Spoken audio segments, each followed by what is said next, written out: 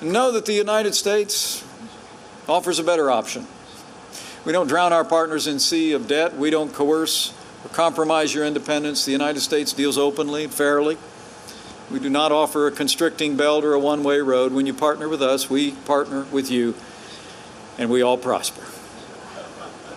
While our ongoing investment in prosperity across this region has been immense, the United States has also continued to stand with like-minded nations to ensure security and peace across the Indo-Pacific. You know, it's remarkable to think that when the President spoke before you last year, the greatest threat to the Indo-Pacific was the regime in North Korea. We all remember those days. Nuclear tests, missiles flying over Japan, a war of words and provocations. Faced with this threat, the United States rallied the world to enact an unprecedented pressure campaign. And as the world witnessed at President Trump's historic summit with Chairman Kim in Singapore in June, our collective resolve has borne results. No more tests, no more missiles. Our hostages are home, and the hope of peace on the Korean Peninsula is alive once more. As we speak, the United States is making plans for another summit between President Trump and Chairman Kim. All nations must continue to stand together, enforce all UN Security Council resolutions, and hold North Korea to the commitments it made in the Singapore Declaration. And so will we. We must be vigilant and resolved to achieve a final, fully verified denuclearization of North Korea. We owe it to our children to secure a lasting peace for the Korean people. We owe it to the Indo-Pacific, and we owe it to the world.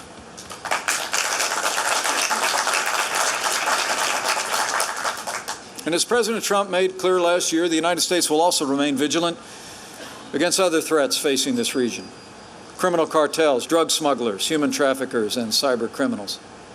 To that end, we'll continue to expand our military, intelligence, and law enforcement collaboration across the region. We'll continue to work with our allies and partners to defeat the menace of extremism.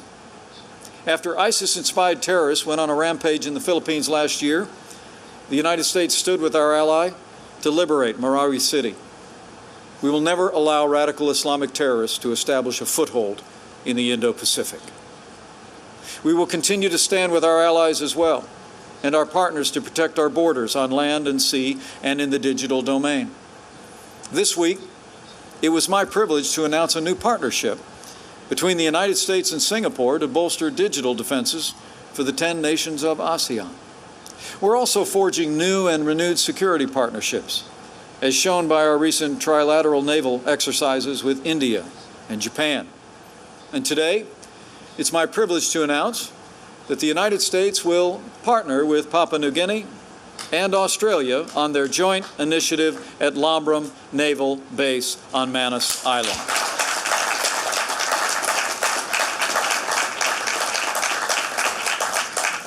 We will work with these nations to protect the sovereignty and maritime rights of Pacific islands as well.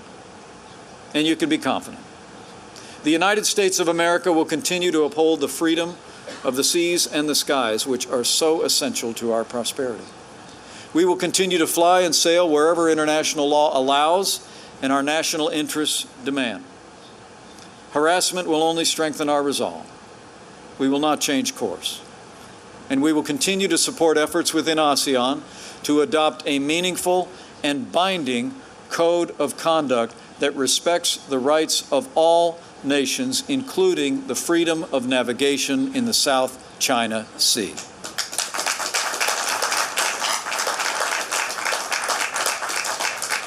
Finally, as President Trump made clear last year, we will also uphold the principles that have benefited us all through the generations. The United States is working as we speak to promote civil society, the rule of law, and transparent and accountable government across the region. These are the building blocks of progress, and they are the bulwarks of independence. Today, it's also my privilege to announce our new Indo-Pacific Transparency Initiative.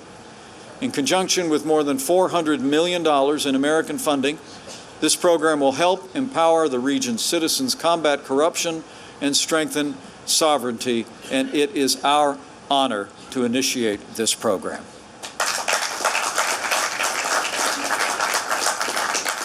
All the people of the Indo-Pacific deserve to live in flourishing homelands and governments that are accountable to their people, make better partners for all of us, including the United States. As the President said at APEC last November, the United States will always stand without apology for individual rights.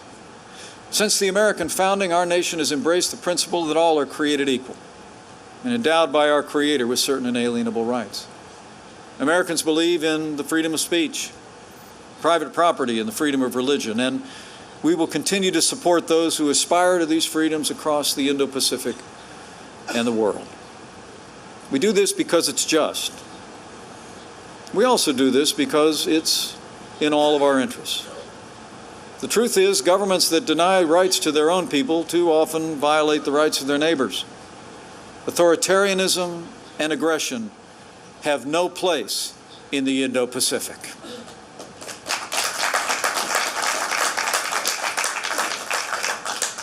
In the days ahead, the United States will continue to put America first, as all the countries represented here are duty-bound to put the interests of your people first. But I hope by my remarks today and the President's leadership in the last year that it's clear that America first does not mean America alone. We know that our prosperity, our security, and our future are intertwined with yours.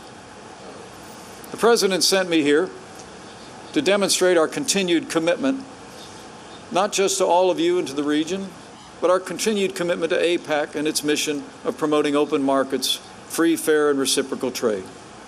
Discussions this week on digital trade and services are important for the region's continued rise, and we're proud to support them.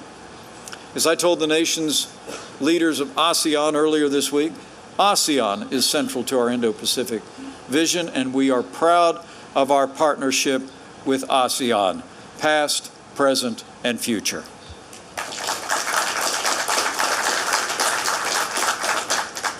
The United States is drawing closer to our allies every day. We're working with Japan to invest $10 billion in the region's energy infrastructure. And we're now partnering with Japan and Australia to support a vast array of private development projects across the Indo-Pacific. As the world's oldest democracy, the United States also feels a particular kinship with the world's largest democracy, India. And our strategic partnership with India is a key component of our vision. As we speak, we're increasing our security collaboration with our major defense partner. We're strengthening our trade relationship with India and promoting our shared values across the wider region. We've proven our commitment to the Pacific Islands as never before by investing in infrastructure, cooperating on fisheries, and signing new maritime treaties. Even the smallest nations are equal stakeholders in a free and open Indo-Pacific, and we are proud to stand and partner with all of them.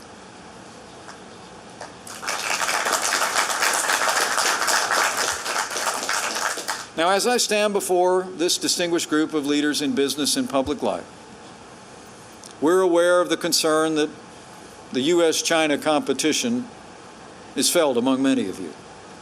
There's a concern that the competition will hurt the region economically, or that South China Sea developments will increase military tension. So let me be clear.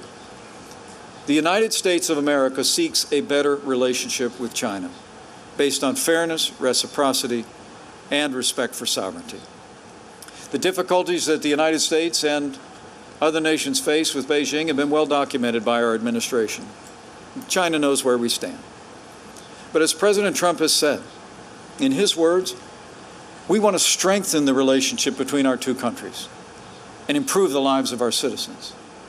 And as the President prepares to meet with President Xi at the G20 summit in Argentina, we believe that progress could be made. Progress could be made between our two nations, even as the United States remains in a strong position. Now, let me be clear again. China has an honored place in our vision of a free and open Indo-Pacific if it chooses to respect its neighbors' sovereignty, embrace free, fair, and reciprocal trade, uphold human rights and freedom. The American people want nothing more The Chinese people and the entire Indo-Pacific deserve nothing less. Today, as in ages past, the United States has offered our hand to the Indo-Pacific in partnership. Our commitment is steadfast and enduring. Our intentions are proved by more than 2 centuries of goodwill.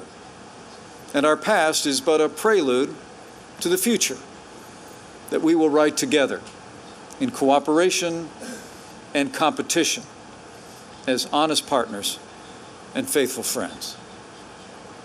As an Indo-Pacific nation, the United States is proud to be a part of this great story and will continue to write new chapters with resolve and with faith.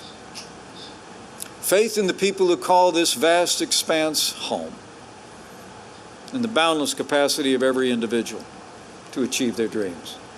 Faith in our most cherished principles and the vision that we share for this region of the world.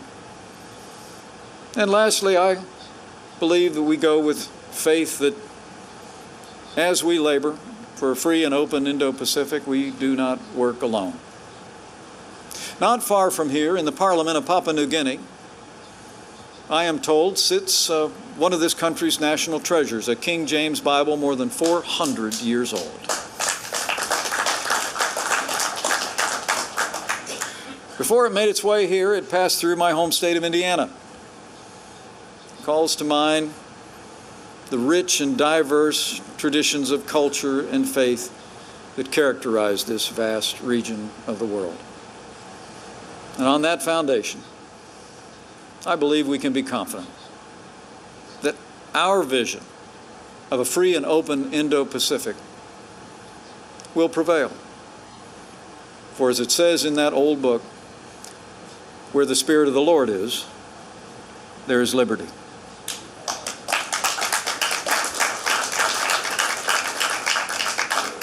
So thank you all for the honor of addressing you today and for participating in this important gathering. We will forge a future better and brighter than anything we could ask or imagine. We will forge a future where nations large and small can prosper and thrive across the Indo-Pacific. And I believe with all my heart, we will forge that future together. So on behalf of President Trump and the American people, thank you for your presence here today. God bless all the nations and the people of the Indo-Pacific, and God bless the United States of America.